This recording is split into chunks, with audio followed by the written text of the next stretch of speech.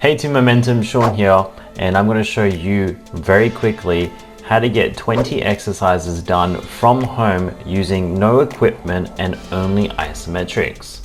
So isometrics just quickly mean squeezing and holding a position and making those muscles work, because sometimes you just don't have all the time to get all the exercises done. So I'm going to show you 20 of them, and if you have any questions, don't be afraid to ask. I'll even give you some instructions on how to do these exercises in case you don't have the equipment that we may need. But most of the things that you will need are going to be little to nothing because you can find them around the house. Anyway, let's go straight into the video, no more delays. So now we're going to go through the exercises that you can do with isometrics to help you out. So the first exercise we've got is the wall squat or the squat variations. Now the standard way to do this is against the wall with your hips in line with your knees, making sure that your heels are also in line with your knees. From here, we want to make sure that you are able to feel the tension on your quadriceps. Now if you want to make this harder, you can step away from the wall, which we'll show you later on, but to make it easier, you can come up and just strengthen yourself and balance by pushing against the wall. Now the cheat way to do this is to put your hands on your thighs. You want to try and prevent this, put your hands on your hips. But like I said, if you want to make this harder, you can step away from the wall and you can use the general same rules. If you can, go down to parallel where you can feel the tension on your thighs and have your hips in line with your knees. From here, if you want to make it easier, come up a little bit higher. Now if you feel scared like you're going to fall over, use a chair so you don't. You always want to make sure you're being safe. Now these exercises that I'm giving you are in no particular order, so make sure you watch all of them because one of them could definitely help you out. The second exercise we have is the push-up, and the push-up can be done, and for the exception of this one, on your knees if you really have to, but I prefer if you did it on an incline, on a squat rack or table or a bench. Anyway, if you can do this on the floor, even better. The standard way to do this is 50% on the way down with the chest towards the floor and your hips also still in line with the base of your neck. You don't want your bum to be jutting up, but also you don't want it to drop down towards the floor. Now if you want to make it harder, have your chest close to the floor.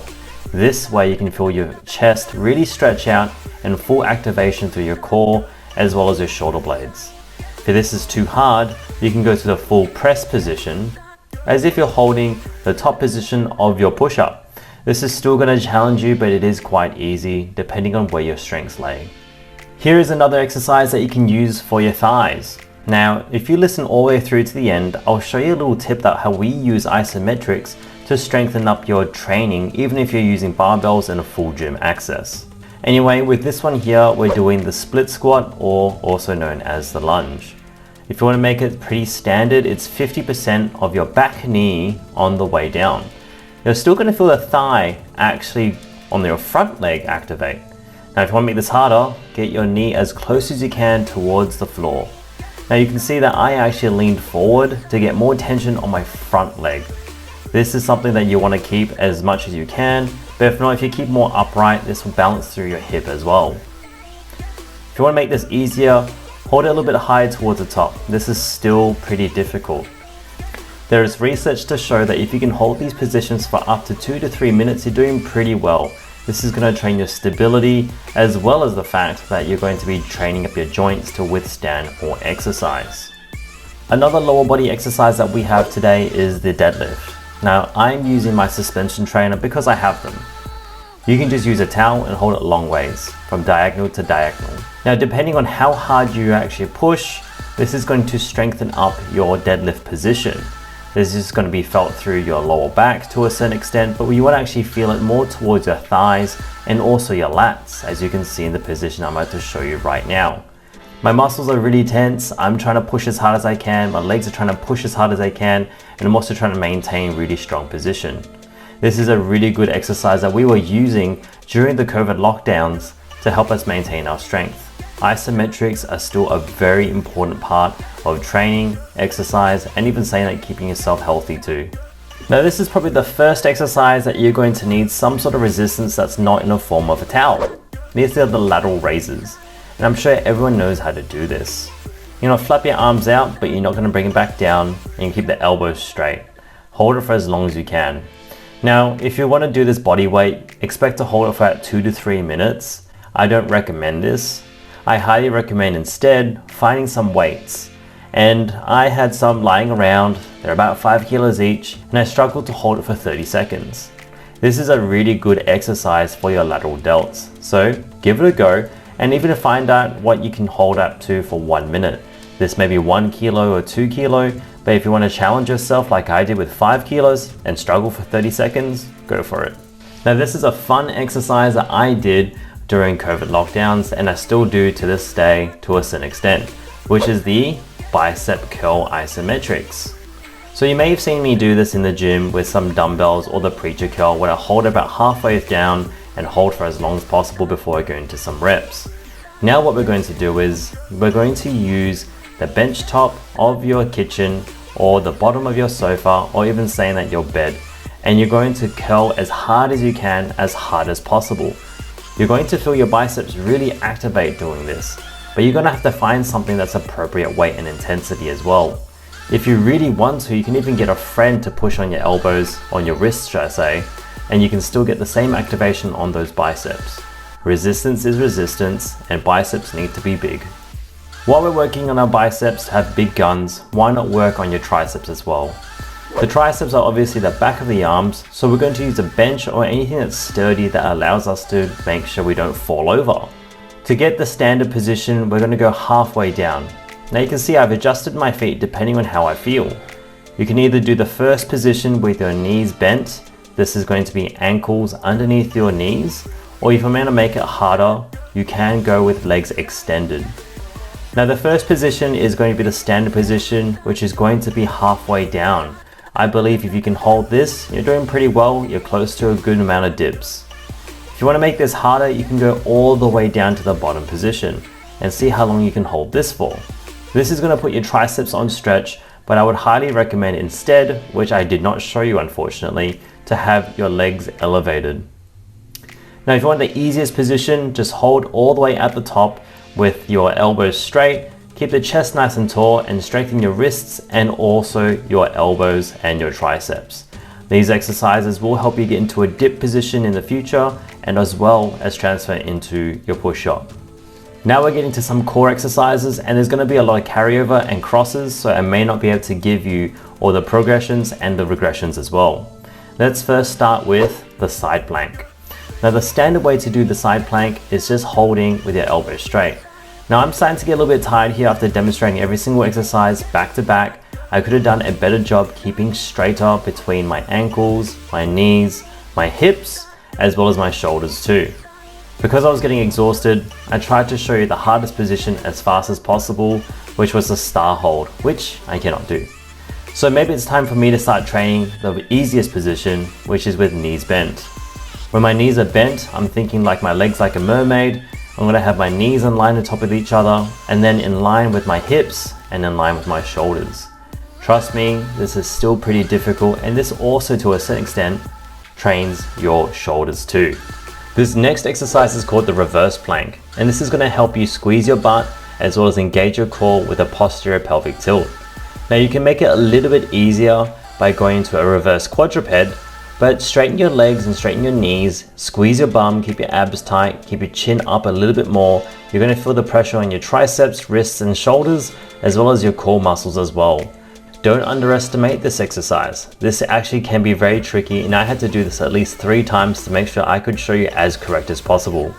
Now this exercise is called the single arm plank, but I'm first showing you with the push-up position plank. This is what I showed you earlier before if you couldn't do the push-up variations. But if you can progress onto the single arm plank, you may need to have your feet a little bit wider and adjust accordingly, thinking like a triangle. If you can't do this, don't worry. Head back to the full push-up position instead and hold that for as long as possible and strengthen your core. I still find this very challenging, so I'm practicing this as much as I can with as good technique as possible. Now we're progressing into the upper back and also lower lats. The first exercise we're going to do is the T-raise. Now I am doing this on a bench. If you do not have a bench, you can do this on the floor. It's still going to work, you just won't have the full stretch at the bottom. which does not matter since we're doing isometrics at top peak muscle contractions. So I'm holding 1 kilo in each side, and this is really starting to burn past 20 seconds. Think your arms being straight like a T, hence the name, and squeeze as hard as possible between your shoulder blades. A little tip here is still to make sure you push your shoulder blades down and then up. This way you're not overworking those upper traps, which may start to ache. You want to still work your upper back muscles, just not your upper traps. This next exercise is a variation of the T raise, but we're going downwards. We call them darts or W raises, depending on where you're from. So I'm holding absolutely no weight, if maybe 1.25 kilos, so it's not very heavy at all. We're going to think of yourself being a dart, arrowhead at the top, and we're going to go and squeeze those muscles as hard as possible. The way that I do this is with my pinky fingers pointing towards the roof and my hands slightly behind me. If you want to make this harder, and I have done this before on Pilates machines, also known as a reformer, you're going to be able to pulse this for 20 reps after you've held it for about 20 seconds. This really starts to burn, and it can help you with a lot of upper back and upper neck problems if you do this properly. Now last but not least, the last exercise is going to be the glute bridge. Now I'm doing this on my Base Bench Pro. Now if you want to get one of these, you can use the discount code MOMENTUM and you can get 10% off. If not, you can just use the floor, or even just saying that a stool or a bench around the house. Use a band to be able to attack the glute medius as well. This way you're going to be able to use your glute maximus as well as your glute medius to lifting the bum and also rounding it out. This also helps with posterior pelvic tilt. For those of you who have lower back problems, this is going to be one of the best exercises for you to be able to master and do as well. I highly recommend that you aim to hold this for about 30 seconds to even a minute, and you will start to see and build a lot of strength through your posterior chain. Anyway guys, these are the exercises that I recommend for you. Now we're going to start to teach you about how to implement these exercises if you have full access to a gym. So welcome back guys, this may be a topic for a video or for another time, but I wanted to talk to you about how we can start to use isometrics to help you start to break plateaus. So for those of you listening, maybe this is a completely new concept for you, that's okay. New concepts are good because now you're starting to progress moving forward. For those of you who are a little bit more advanced and you're still listening going, how am I going to use this? This is what we do with isometrics. And I will do another video on this if you just let me know in the comment section below. But we start to use isometrics in many ways to start to break plateaus because now we're getting more muscular tension, as I mentioned before. So other ways that you can start to implement this include pausing at the bottom, pausing at the top, and also holding at the top at peak contractions. But other ways that you can start to do this include such as bicep curls, as I mentioned earlier, going 1/3 of the movement and holding it for 2 to 3 seconds. This is what we call a 1/3 partial range of motion isometric. Very long name, I know. Another way that we can start to implement this is called a pre-fatigue iso. This way, we hold the top positions or the peak contractions for as long as possible, hopefully around 20 to 30 seconds, and then you go into your reps. Now the weight is going to be lower, but your muscular contractions as well as your muscular tension is going to increase, helping you increase the rate of hypertrophy. Now, another way you can start to do this is doing your normal sets and reps. On your very last rep of the set is doing another isometric contraction for as long as possible. So say if you're doing barbell hip thrusts and you hit your 10th rep, and you hold the 10th rep for as long as possible until your muscles physically cannot do this. This is going to increase more muscular tension. You could say that this is the reverse of the pre-fatigue iso. So hopefully you enjoyed that. Now these exercises are great to do, and I believe that all the core exercises are still effective from intermediates all the way through to advanced, and especially for beginners too. So guys, if you enjoyed this, just let me know down in the comment section below. Comment if you think you have any questions and ask me a question. And if you really enjoyed this, please subscribe to the channel, and you can click the bell for alerts and you'll be notified when I give you more information to help you guys build momentum. Anyways, take care.